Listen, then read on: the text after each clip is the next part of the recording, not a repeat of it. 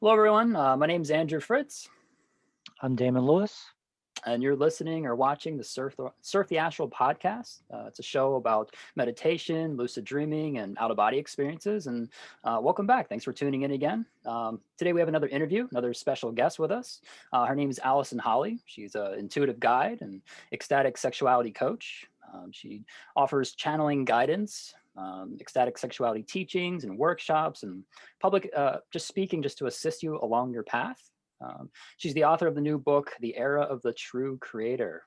So welcome, Allison. Thank you. Hi, thanks for having me on here. Absolutely. It's good to have you. Thanks. Yeah. So I always like to kind of just kick it off and just see, you know, I'm always interested in how people got into spirituality, like when that kind of happened in your life and what was the circumstances, but how did you get into spirituality in general? Yeah, awesome. I think that's, such a big question, I'm sure, for everybody, Sure. right?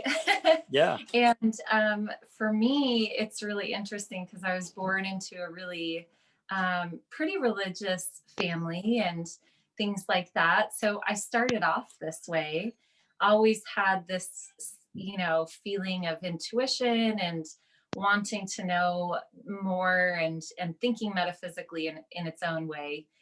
Christianity has that. Mhm. And super abbreviated version is that in 2012, I went through a massive, really intense spiritual awakening that just, pushed me into a lot of things that just started happening spontaneously. And it was so intense that I couldn't really, it was kind of like, well, my life is going this way. And then there was just no denying that my life was going to go this way now, Yeah. and Mhm. I kind of, was a super weirdo. I just actually shared something about this recently that I felt very weird, but I just couldn't even help it because massive changes were running through me.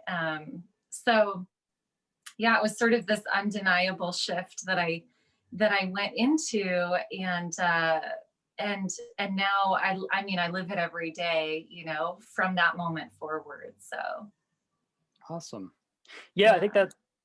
that's I talked to many people about this, and there's always a similar energy, and everyone's kind of experience is different, kind of the awakening or getting into spirituality, but there's always this kind of similar thing of, um, sometimes it can be challenging, but also exciting. And, sometimes there's that ego resistance of, oh my gosh, like, I don't know about going down this road. This is kind of scary. And, and then you go down it and you're like, thank God I went down this road. Yeah, But so, completely.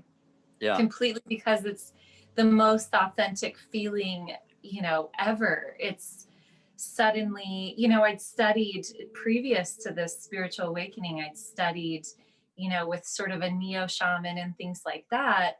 So I Mm. had these curiosities, but really when it came down to it, like ego was in charge and I was living my life and I was doing it my way. And I didn't realize how much anger and control and all of those things I was just kind of living with. It was very much my norm.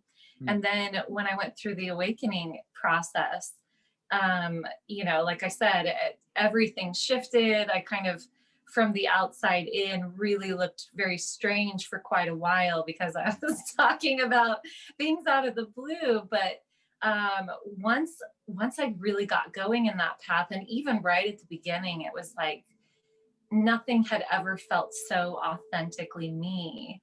The things that I'd studied previously with the shaman Mm.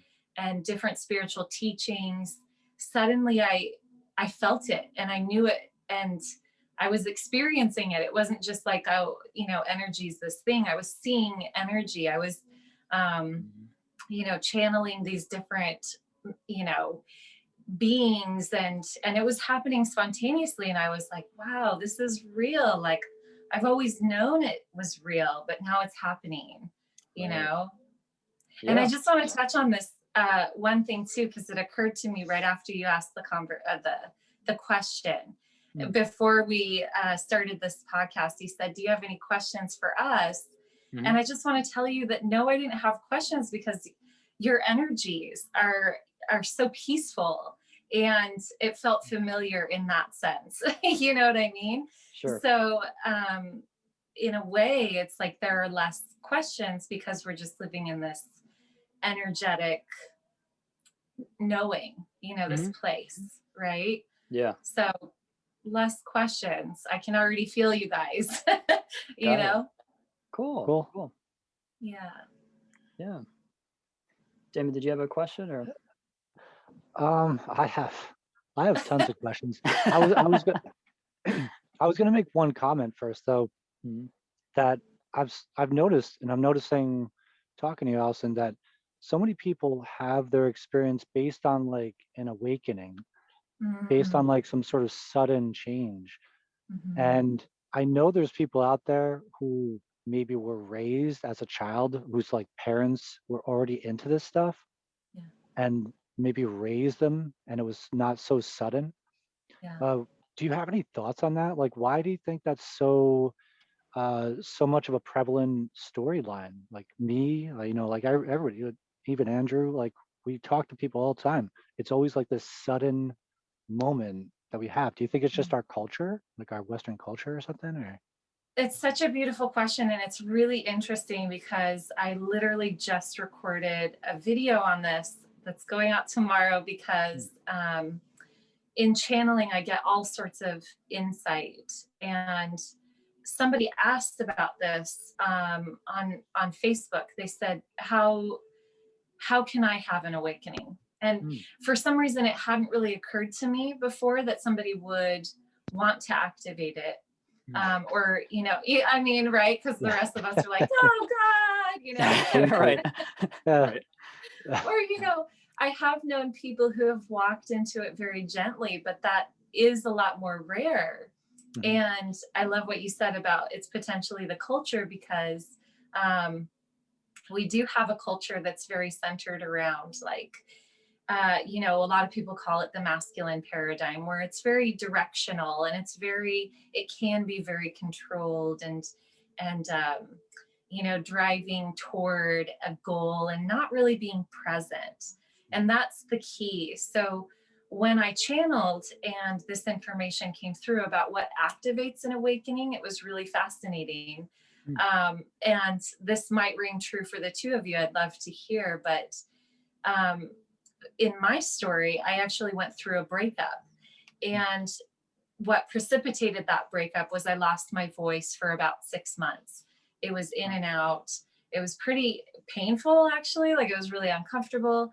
And I went and saw a sort of a naturopathic doctor who had me take this intake quiz. And something else that had been happening throughout that period of time was my neck kept going out. Mm. So here I am, just, everything's in the throat chakra. Mhm. And I wasn't thinking that way. I wasn't thinking about chakras. That was like not practical, and so even though I had this, a somewhat metaphysical mind, I really wasn't thinking that way. And she said, there's something that you're not speaking your truth. And Mm. so what that caused was, then I ended this relationship for reasons that I thought, that going down the line, it actually wasn't the case. And it spiraled me into this, awakening. But what I heard in channeling was, what often happens is there's sort of an event that's very highly emotional, or something um, traumatic or nearly traumatic. And what that does is it sort of gives the mind a breaking point, and it breaks the natural like propulsion that we're already moving down. Like, we've already got this, you know like, we're already ahead of ourselves. We're not really with ourselves on this process. We're just really moving fast down this preconceived path. Mm. And that's all created by the mind, as you both likely know very well. Like, our mind creates our reality.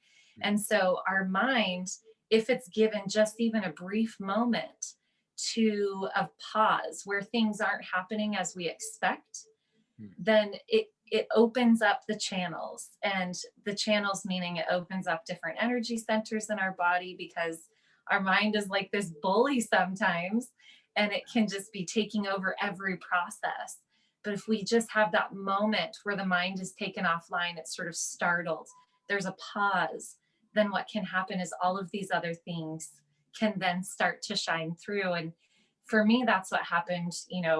My crown chakra just like bursted open, and a lot of different chakras, and movements in my body, a lot of things happened as a result of just that one moment where I was highly emotional and things weren't going according to plan. Mm. Yeah. Interesting. That's just, yeah, you mentioned you had a breakup around that point in time, and I kind of think of that, and I was like, oh, that's actually something similar that I experienced as well, because I grew up in Pennsylvania, and I was really desperately trying to leave my hometown, and I was in a relationship, and that was kind of naturally coming to an end, and eventually decided to leave, and so there was a breakup, and then just getting out of my hometown, and that kind of was all around the time of my beginning of my awakening. So it's interesting. There's some similarities.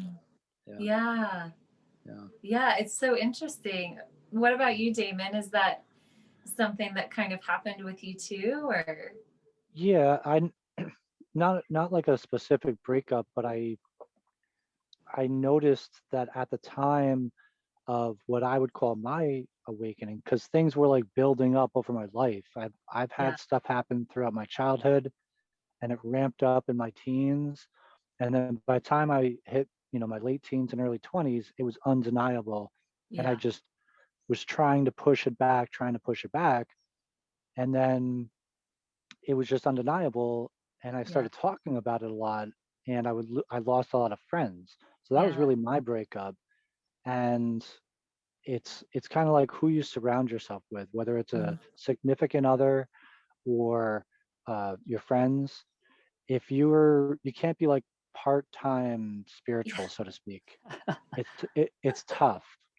Yeah. And for like Yeah. for people listening, like speaking directly to people, that's one of the reasons, honestly, that I'm doing this, talking to Mm, people. It terrifies me to make mm, myself public and open like this, mm, but I had such a traumatic time that I want people to not feel alone, mhm, so, and it's only gotten better because the things that I received back from it, like meeting Sampop and meeting other people, it's just a mhm, thousandfold better once I open mhm, myself up. If I didn't open myself up, I'd still be drinking too much and doing mhm, dumb stuff. mhm. So That's such a beautiful reason, yeah. you know, and and it's so interesting. There's just this beautiful theme for me happening right now. I teach classes and I have these different communities, and I've been talking about this a lot, how the more I share my story, the more I powerfully draw in my community. And there's almost no exception to this, that the people that I connect with, they say, oh my God, they're just like hungry for being able to talk about this. They're so grateful that I am open about it. I had a friend the other day. I didn't even, it was funny because she said, I was talking about star beings and things like that. And I don't even remember what, but to me, this is a normal, I've just been speaking this way, from the beginning of my awakening. Like you, it was like I couldn't really help it. It was just what I was going to start talking about. I got through the weirdness pretty early on because it was very obvious. And so I'm talking about star beings with my friend, and she said, you know, you talk this way as if it's so normal for you, but it's not normal for a lot of people. And it was one of those moments like, oh wow, that's so true. But when I do connect with people and they've had these experiences, they're just so hungry for this honest, authentic connection where we can share our stories. Right. So Yeah, I think that's the power of like spirit to spirit communication and having that validation, because we're so used to people just see our bodies, or just, the judgment. And so when someone comes across, like yourself, and people get a session with you, then it's, oh wow, they see me, or they hear me, or they, and it's that validation that's just like, oh, I've been hungry or seeking that. And so I think, yeah. So yeah, I relate to what you said, because sometimes I get so wrapped up in, oh yeah, this is all normal, talking energy and beings, and then you're wait a second, how is this person going to respond? I don't know if they're, and they'd be like, what are you talking about, man? You okay? Yeah, just another day. This is all normal to me. Just another day. Yeah.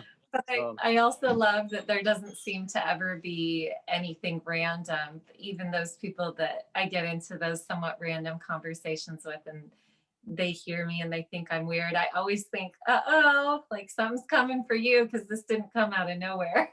Right. So, even if it's not like crazy awakening, there's always there's a recognition, I think, for everyone, because this isn't dogma. This is the essence of who we are. We're all going to have our own unique experiences, but the truth is that, this is who we are. So there's always going to be that connective spark that says, ooh, I recognize that, even if the words sound foreign, even if what you're saying makes me uncomfortable and feels weird. Right. There is that spark within all of us that's just like, I am more than just this physical self. There's more than what I'm seeing with my eyes. And, Yeah. yeah. Allison, so I want to talk about, fascinated with the topic of, mediumship or channeling.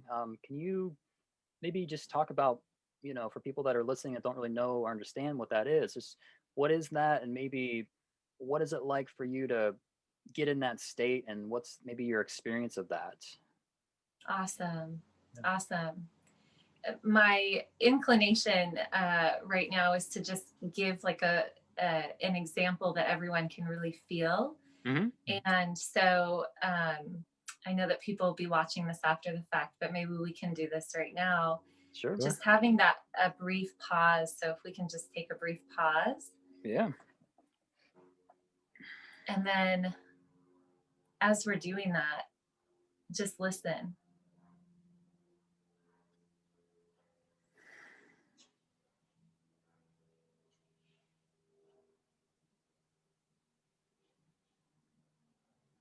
And it feels so good, I don't want to stop it. But I, don't want to also hold up your show. But if, maybe if people want to pause it and continue to do that for however long feels good. But it does feel so good to just be present and just take that moment. And I feel like that's a really great way to explain channeling.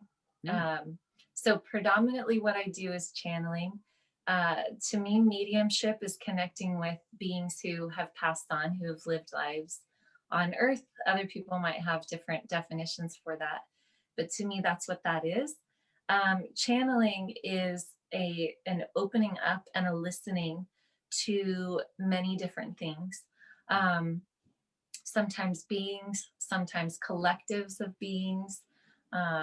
There tends to be a lot less parameters and definitions as we go kind of in the outer realms.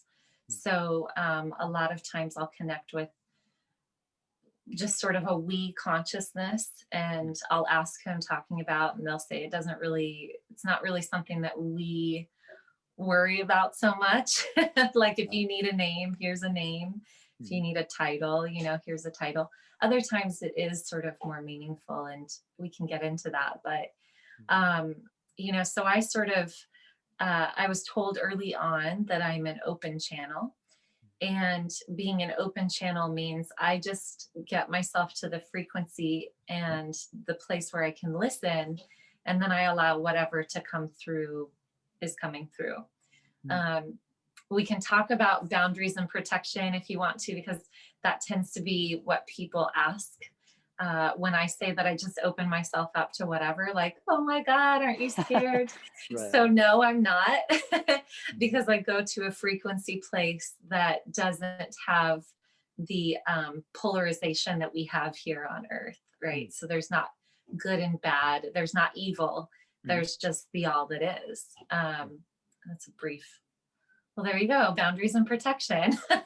Nice, So how I started was actually at the beginning of my awakening. I went into channeling a couple times spontaneously, and it was really interesting because both times, so I'm really sensitive to caffeine. Are you too sensitive to caffeine? Because like If I drink too I much, think yeah, I feel I like I'm. don't drink it.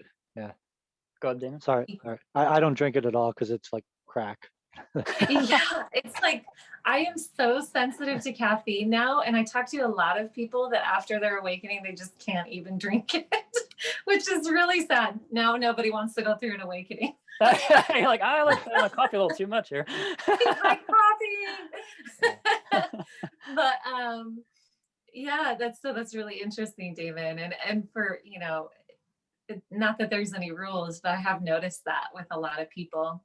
So anyway, right after my awakening started, I remember both times that this spontaneously happened, I'd had caffeine, which was very rare. And then both times I was driving, and I had to pull my car over both times because it was sort of like what I would describe as like when you have to go to the bathroom and you can just, it's like it's ringing a little bell, like time to go pee, right? So I know that's a funny example, but it actually felt like that, sort of like up in the crown area. It was just like, uh-oh, something's happening up here. And so I would park my car, and then here's the other commonality. Both times I called my mom, and I was like, ah, and just all this stuff started coming through. And the first time it was because my grandmother, who's passed on, she started coming through. So this was mediumship, but whoa, it felt so powerful. It was like, it was incredible. And it was sort of this like, I've got a message. So I called my mom, and all of this information came through. And I remember I was parked in a grocery store parking lot, and it was raining that day. And I remember my vibration shifted to the point where instead of looking gray outside, it literally everything lit up, and it looked like it was just like emanating. Everything looked bright around me. It didn't look gray. It looked like yellow. And I remember thinking, oh, this is what those stories from the Bible are talking about when they talk about he was lit up like a burning bush. It felt like I was on fire, but not hot, just bright like that. And the second time it was the same, but this time what I was channeling was, and honestly, so what's interesting is I've learned a lot about channeling since then, because when I went into these spaces, what we don't realize is that we're thinking of our words all the time, and we're actually sort of like thinking constantly. And in the channeled space, I become so deeply present that a lot of times I don't remember what I just said like a half a second ago. So I've learned, and other times I'm less deep in that trance, but definitely, the first couple times that I channeled, a lot of it I don't remember what came through. I just remember the experience. And but the second time there was a lot coming through. Again, I was sharing it with my mom, and then I had visions, and I was seeing earth changes, and I was being shown, what was to come, essentially, which incidentally is just a few years off. It's, I've been shown recently in about 3 or 4 years from now, we're going to start seeing some of that flooding that I saw early on in my in my awakening. So, really fascinating stuff. But then after that, I know I'm quite verbose. Feel free to interrupt. No, you're great. Go ahead. Nope. Yeah. Okay. Yeah. So, I started practicing and retracing my steps and learning how to bring myself into that trance meditation, that, or what I now call trance meditation. And really, I just started out like doing exactly what we did, just now. I would sit and I would listen so hard. I would listen so hard. And it was like, I would listen, and I describe it like this because I teach channeling now. It's sort of like listening the way that you do when you're a little kid and you think there's a burglar in your house, Uh-huh. you're so focused on hearing the tiniest sound. But I was listening, for my guides, and I was, like opening myself up, and I would just listen with all of my concentration. And I was married at the time. I right after my awakening, I connected with my twin flame. He's actually my roommate now. We're really good friends, but we're not married. Long story short. But anyway, we would practice this together. And so one of us would be there with a pad and a piece of paper, a pencil and a piece of paper, and taking notes. And that's how slowly the information came through at first. It would be like one or two words, maybe a sentence. And now, in my sessions, it's much more conversational like this, because the channels, I've learned sort of how to retrace my steps to the point where it just flows through. And I can navigate which, like how deep into the trance I get and which realm I'm in, and different things like that, to the point now where I just record it. And then I have like a transcription software on my computer that I use. So, and that's actually how I wrote my book. So it's just a bunch of, it somehow formed a story, or, like an instruction manual, so to speak. But it was about 3 to 4 years of channeling, about 3 years of channeled notes that went into a book. Interesting. That's really cool. Yeah. I find that fascinating. We talk a lot about like lucid dreaming and out of body experiences. And sometimes I always like to ask people, that maybe have been doing it for a while, like, okay, maybe where you started with it and where you're at now. And, what are your goals? What are you trying to explore with it? What are you trying to do with it?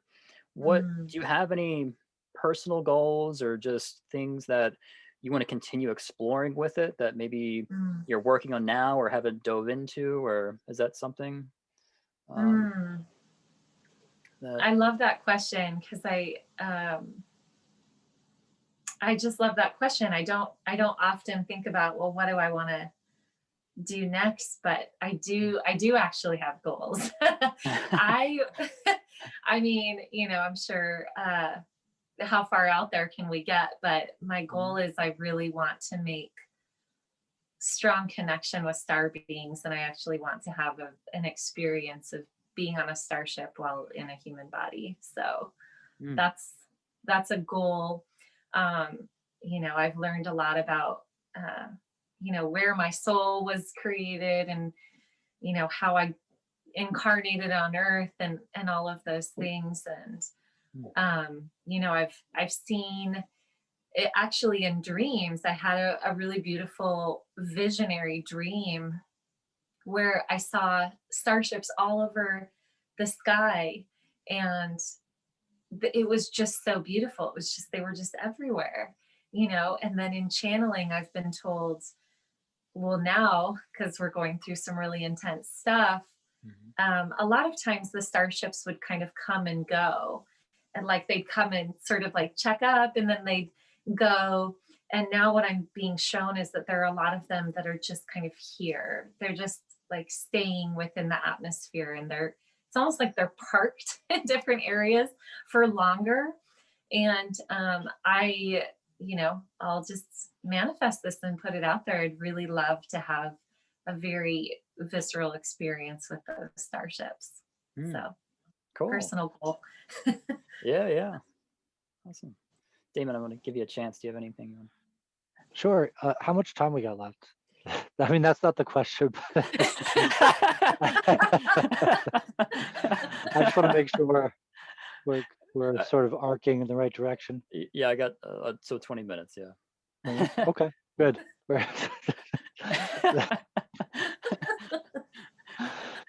You go to a psychic, and yet all the questions you ask. How much time do I have left here? Yeah, What about like why you're here, your purpose, or I just need to know how much time I got. sorry. I'm just teasing.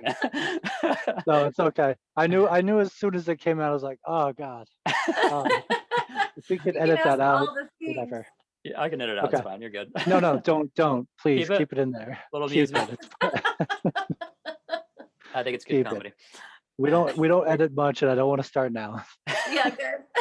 Nice. So, all right. So, Allison, maybe I'm like wanting to ask this question, but I'm like embarrassed because people, the question about ecstatic sexuality, right? Yes.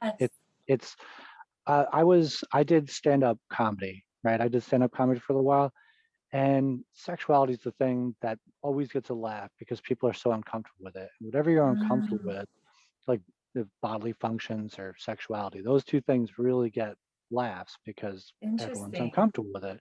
So yeah, I'm probably just thinking about it. I'm like, I gotta ask this question. I gotta ask this question Yeah. because I'm so interested in it, but it's embarrassing to ask. So besides putting that aside, can you get into that? Can you tell me, Absolutely. yeah. Absolutely. I would love to. Did you have a specific question or you want me to just dive in? Just I don't even know where to start with that. I don't even know what that even means. Are you still there? Because your picture, okay. I am. There we go. Okay. Yeah, I mean, I've heard of ecstatic dancing, yeah, obviously sex, but how did the two things meet up? I don't even know where to ask a question about it. That is a perfect question, actually. And I love that. I love the way that you asked ecstatic sexuality, like what do those two things mean? So as I was channeling, and this is in my first book, The Era of the True Creator, one of the main concepts that I ended up putting in that book was this download that I received called Pure Form Consciousness. And Pure Form Consciousness has three components. It's basically us being fully present, but the three components that happen as a result, our hearts are open to giving and receiving love in its divine form. Our minds are clear and calm and capable of receiving. And then our bodies are in their ecstatic state. And so when I heard this download, when I received this download, I didn't even understand any of that. So if people are listening and they're like, what is she even talking about with any of that? I honestly I did a video and I said, I don't know, but this is what my guides told me, that this is what we're evolving into, pure form consciousness. And that third component, our bodies in their ecstatic state. I've had many, many different experiences since my awakening where my body has been in that ecstatic state. One was when I was actually very ill. This was in the midst of my dark night of the soul.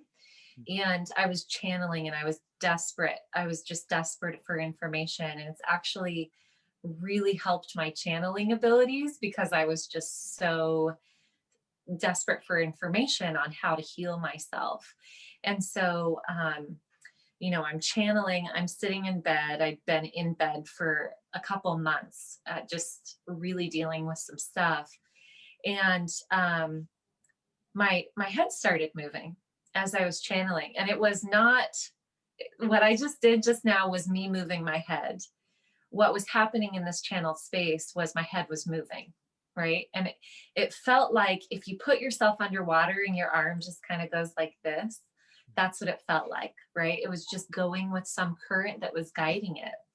And so then I was like, well, I don't know, but I'm going to keep going with this. And my arms started moving. And then I said, well, I'm going to get up and I'm going to get out of bed. And my husband recorded it, my husband at the time.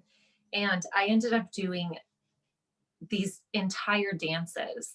and I was crying. And again, I felt like I was radiating this yellow light. I was so lit up. And I was crying from the intensity of this energy that was moving through me. And I was receiving information about what these dances were. I later checked their actual dances, like Hindu dances and Hindu gods. It was crazy. Oh, wow. And so I was doing these dances, but the energy current was moving through me. Other times when I've had this ecstatic experience has been, you know, just randomly. Like I'll just be walking, and some memory or thought will trigger it, and my body will just start to kind of like go into convulsions. I'll feel it.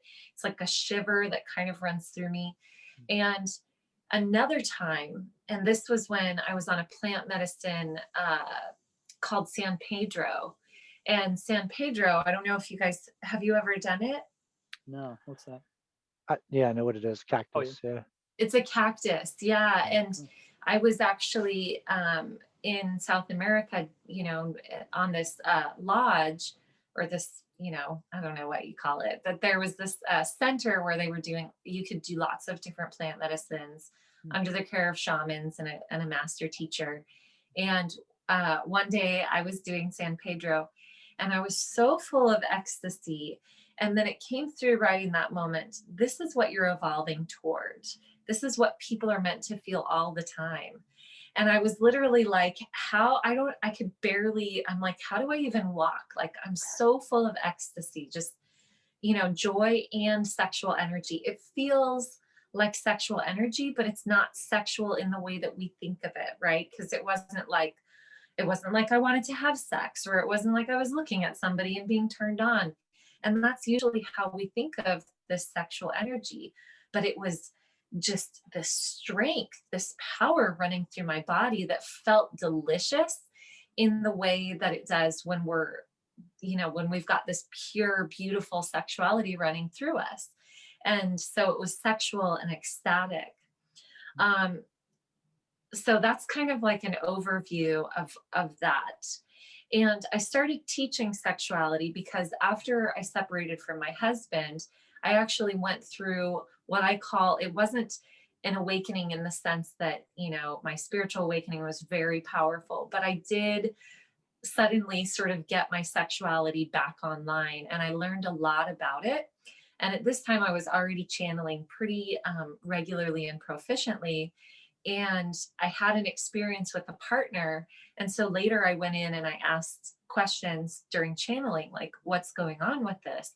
And I was shown different energy portals in the body, specifically an energy portal within the female body, or what I like to call vulva bodied human, because female and male are much more flexible in my world. But, this portal that has the capacity to reset the entire body system back to sort of like the 0 point, and like a really intense energy clearing. And essentially I was shown, like, this is so powerful that if you activate this with someone who's not prepared emotionally, and if you're not prepared emotionally, then it can really be devastating and difficult to move through.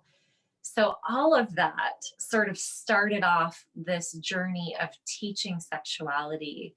And very recently, like within the past 6 months, I've actually really pushed myself, or felt pulled rather, to move back into mostly the intuitive arts and channeling, because sexuality is a powerful energy that we always have. And it's something so unique to this human experience.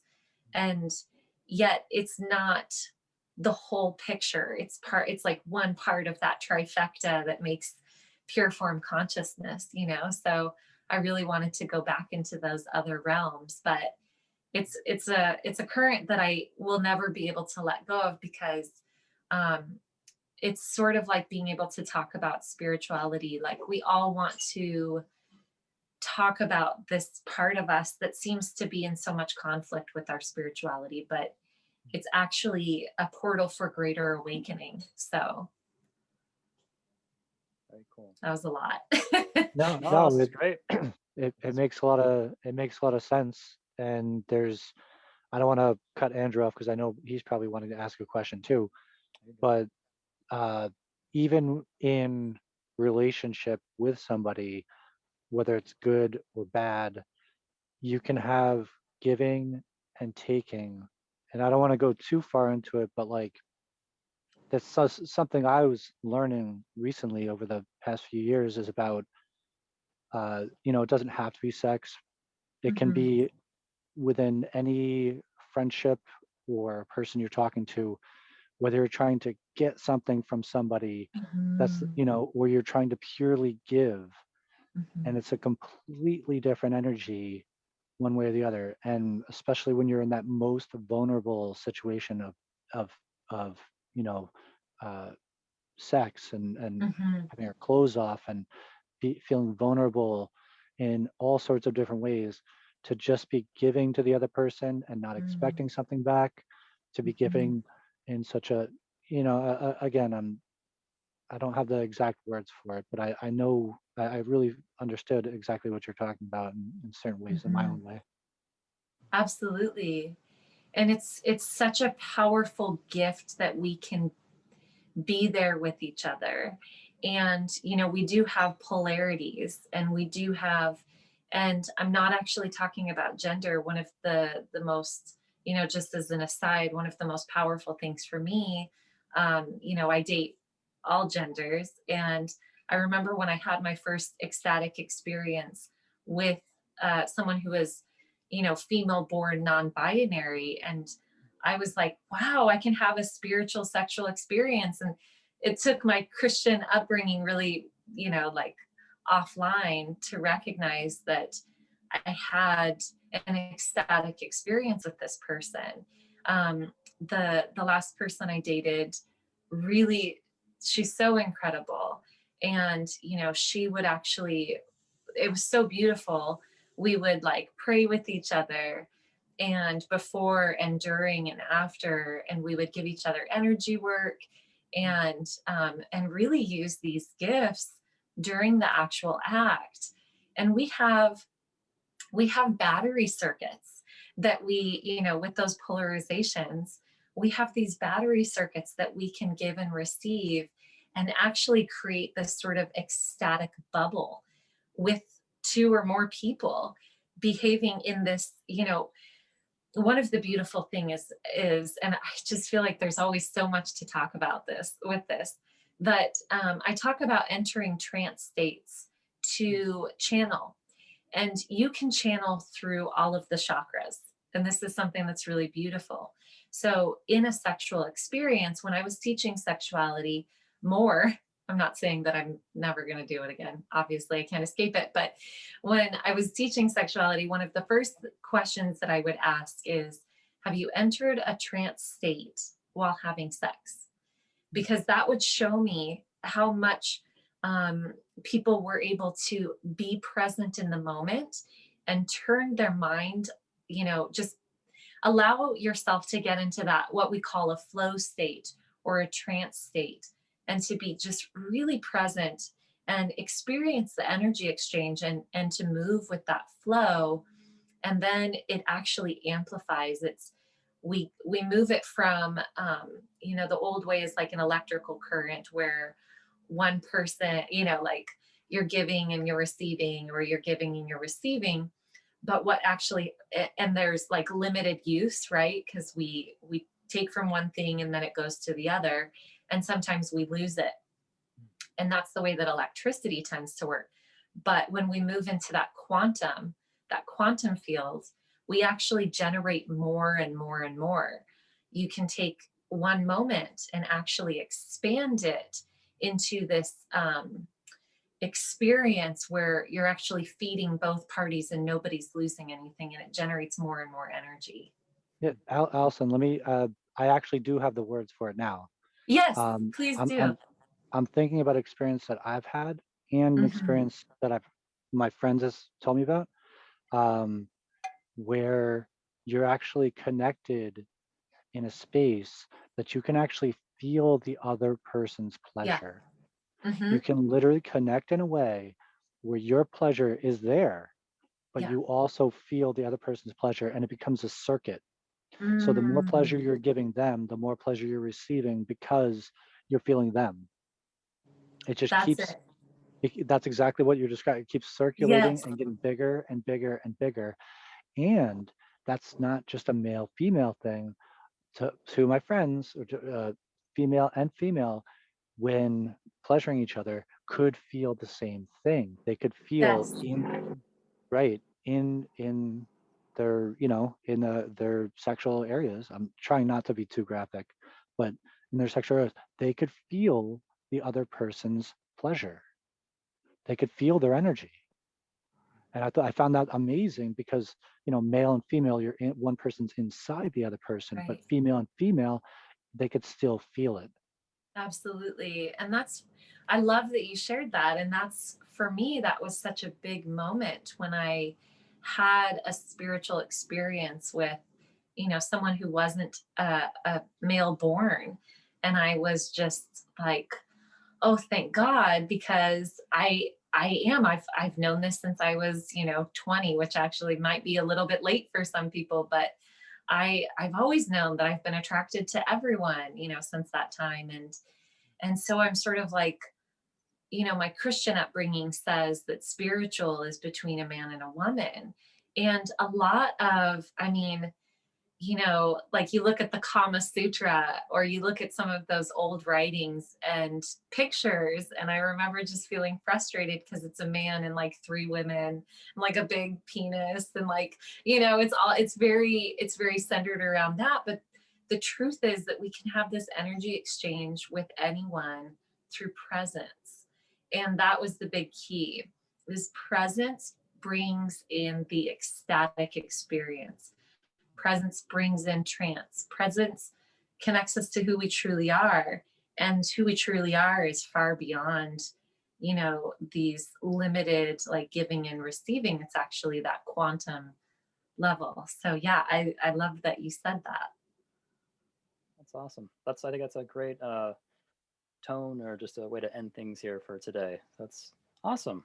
Um, well, Allison, how do people that are maybe interested in working with you or maybe getting your book, how do they, you have a website or just where they can maybe purchase the book? Can you talk about that? Yeah, absolutely. Absolutely.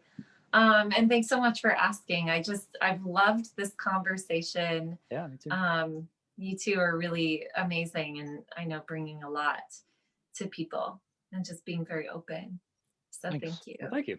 Yeah. Um, so let's see, where can people, my website is AllisonHolley.com.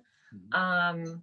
And you can purchase my book. It's on Amazon. It's also on my website. It just depends on how you want to purchase it. Um, I'm on Instagram and Facebook, and I teach channeling. So if anyone has been listening to this and they're really feeling like maybe most of the people that I teach channeling to or that come into this channeling course that I offer are actually already channeling, and they're like, I think I am, blah blah blah. So I just really teach these tools to make you confident with your channeling abilities and to get you really really capable of accessing it whenever you want. And then the other part of that is what we were really talking about at the beginning, which is community. Like, we have such a powerful community of people who are learning to channel and practicing channeling together. And it's so beautiful because we can all be weirdos together and talk about these incredible experiences that we're having, right? So that's a huge part of it. But I do teach channeling. And then privately, I also offer coaching and I help people with their awakening processes. So I'm inspired by whatever it is, on a day-to-day basis. So I'm sure I'll be teaching sexuality again soon. But we'll just for now, it's more the channeling. But yeah, if somebody's really feeling called to work with me in the realms of sexuality, I'm here. So Got it. Awesome. Yeah, we'll link that all in the description and all that, and put that on there so people can get a hold of you and check that book out. So I know I just got a copies coming in the mail, so I'm looking forward to reading that as well. So yay! yep. So Thank you. Allison, yeah, thank you for coming on the show and just had fun with this conversation. And thank you for just being you and sharing your light in the world. So I appreciate it. Thank you. Thanks, Yeah, Andrew. And thank you, absolutely. David. No, thank you. I appreciate you being here. Yeah. Thank you. Everybody, thank you for tuning in to another episode of Surf the Astral. We'll see you next time. Take care. Bye.